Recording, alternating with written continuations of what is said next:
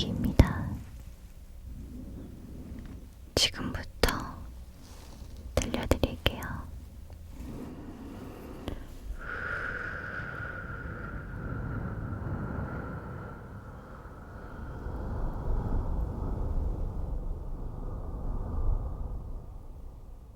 사실 난 외할머니와의 기억이 별로 없어. 어렸을 때 같이 찍은 사진 몇 장이 전부야. 외할머니는 내가 5살 때 돌아가셨거든. 외할아버지와 결혼한 이후로 외할머니는 한평생 고생만 하셨대. 원래 외할아버지 댁은 굉장히 부자였는데 외할아버지의 부모님이 요절하시면서 젊은 나이에 막대한 재산을 상속받은 외할아버지는 사기도 당하고 또 젊은 시절을 방탕하게 보내면서 그 모든 돈을 다 탕진해버린 거야. 심지어 빚까지 생기는 지경에 이르렀지. 가세가 기운 후에도 외할머니와 6남매를 집에 두고 수시로 술을 마시러 나가곤 하셨어. 그래서 외할머니도 6남매를 집에 두고 항상 일터에 나가셔야 했고, 큰삼촌과 자녀, 우리 엄마 이렇게 두 분은 초등학교를 졸업한 이후로 이미 중학생 때부터도 일을 해서 돈을 벌어야 했어. 그만큼 집안이 힘들었으니까.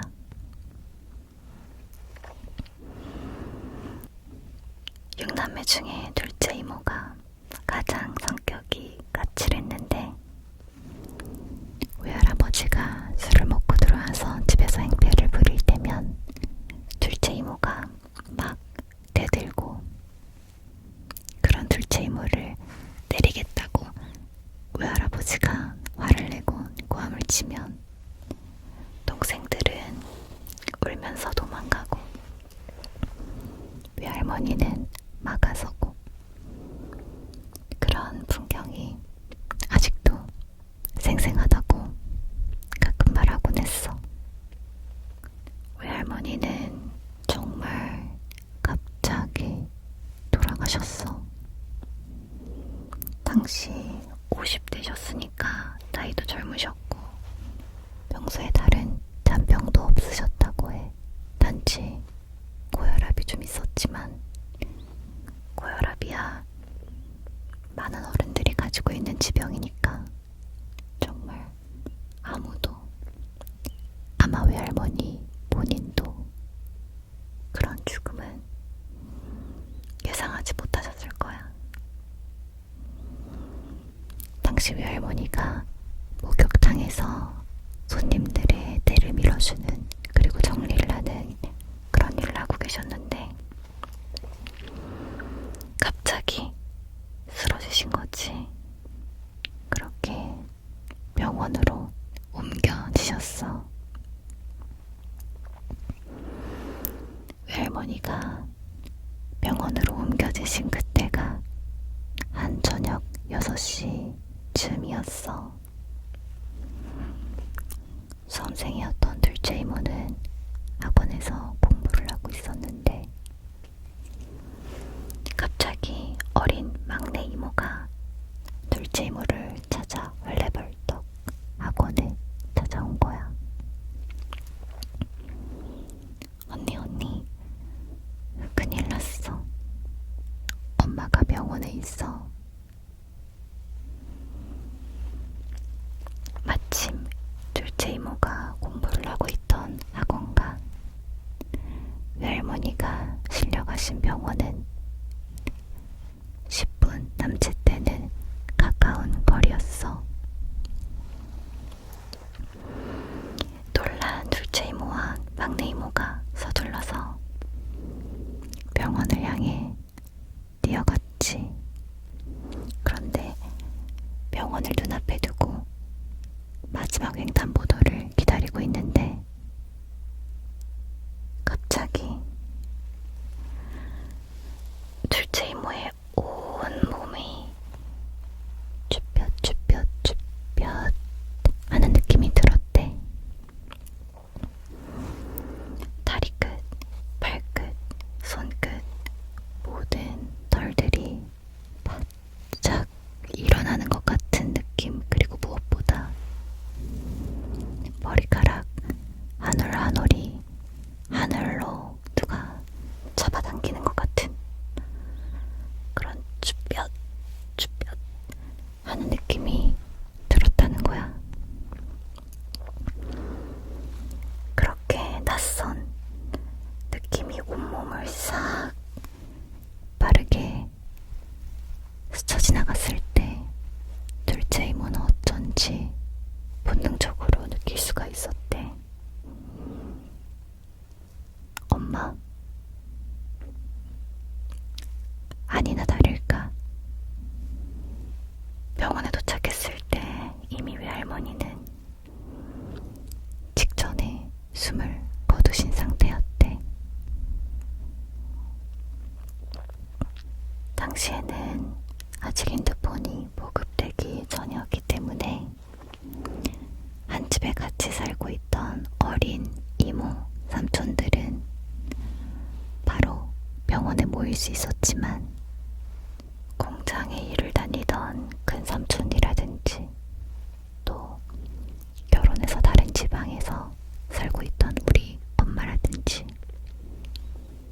이렇게 큰 삼촌과 엄마는 바로 연락을 받지 못해서 병원에 모이기까지 조금 시간이 걸렸다고 해. 그런데 큰 삼촌이 병원에 와서 이런 말을 한 거야. 난 엄마가 돌아가신 걸 알았어. 어떻게 알았냐고 물어보니 둘째 이모가 횡단보도 앞에서 느꼈다는 그 쭈뼛쭈뼛 쭈뼛거리는 그 느낌을 큰 삼촌도 똑같이 느꼈다는 거야. 보통 큰 삼촌이 퇴근해서 집에 오면 집에 엄마나 동생들이 있어야 하는데 그날따라 집에 들어왔는데 아무도 없고 집에 정막이 돌았던 거지. 전에 없던 일이라 이상하네 라고 생각하는 순간 삼촌의 온몸을 무언가가 확 하고 지나갔다는 거야. 그 온몸이 서늘하면서 쭈뼛쭈뼛 하는 그 느낌. 손, 다리, 머리카락, 온몸의 모든 털들이 오싹하게 쭈뼛거리는 그 느낌이 빠르게 몸을 감고 사라졌대. 그리고 그때 삼촌도 역시 엄마한테 무슨 일이 생겼구나 라고 느낄 수 있었다는 거야. 둘째 이모와 큰 삼촌은 외할머니의 영혼이 운명이 마지막으로 집을 한번 둘러보고 가고 싶으셨던 게 아닌가 했대. 병원에서 나와서 집으로 가는 길에 횡단보도에서 둘째 이모에게 한번, 그리고 집에 와서 큰 삼촌에게 한번 마지막 인사를 하고 떠나가신 게 아닌가 하고 말이야.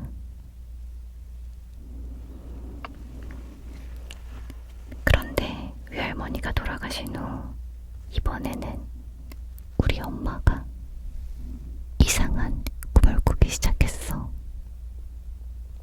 꿈에 외할머니가 나오시기 시작한 거야. 그런데 외할머니의 모습이 너무나 이상했던 거지. 초췌한 모습의 외할머니는 몸 여기 저기에 하얀 붕대를 칭칭 감은 채 나타나셔서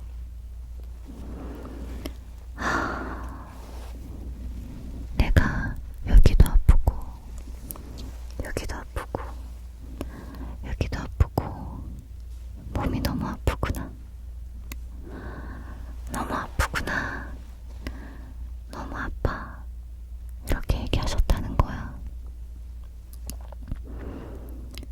그 꿈을 꾸고 아침에 깨면 우리 엄마는 가슴 한쪽이 따끔해서 한동안 일어날 수가 없었대.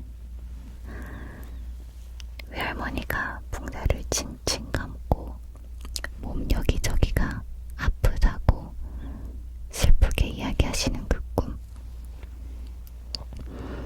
엄마는 외할머니를 호강 한번 못 시켜드리고 그렇게 보낸 자식으로서의 슬픔과 안타까움 때문에 이런 꿈을 꾸나 하고 처음엔 생각을 했대. 그런데 그 꿈이 1년 동안 계속된 거야. 외할머니는 계속 꿈에 나오셔서 붕대를 감은 채 이곳 저곳이 아프다고 아프다고 아프다고 얘기를 하셨대. 엄마는 꿈에서도 여쭤보고 산소에 가서도 여쭤봤지. 엄마 어디가 아파요? 엄마 괜찮아요? 불편한 곳이 있으면 말해줘요. 하지만 외할머니는 그냥 계속 그 가슴 아픈 모습으로 꿈에 나오셔서 아프다고 호소하실 뿐이었어.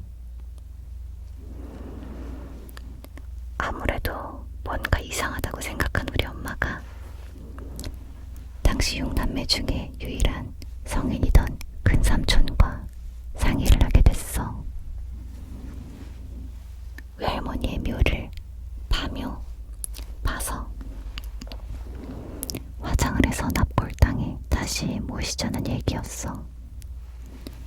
사실 외할머니가 너무 갑자기 돌아가시게 되면서 외할머니의 묘자리를 썩 좋은 곳으로 구하지 못했었대.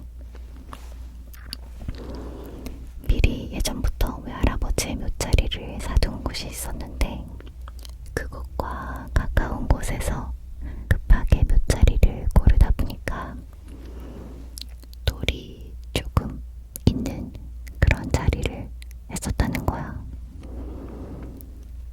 그래서 계속 엄마가 꿈에 나오기도 하고 좋은 자리를 구하지 못했던 게 마음에 걸리기도 해서 결국 파묘를 하고 납골당에 모시기로 결정이 됐어.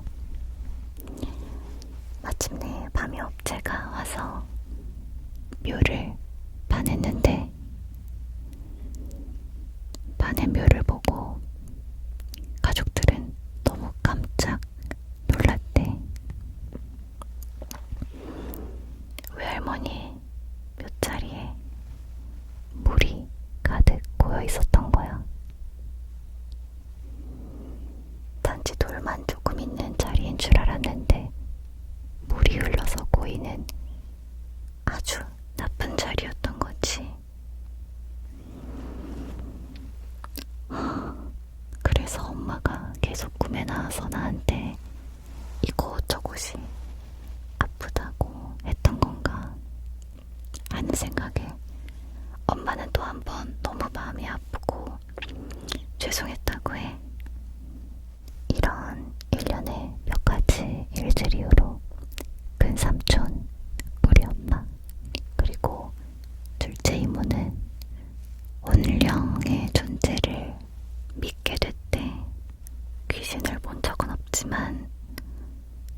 사람이 죽고 나서 어떤 혼령이나 영혼 같은 것은 분명히 있다고 믿는 거야.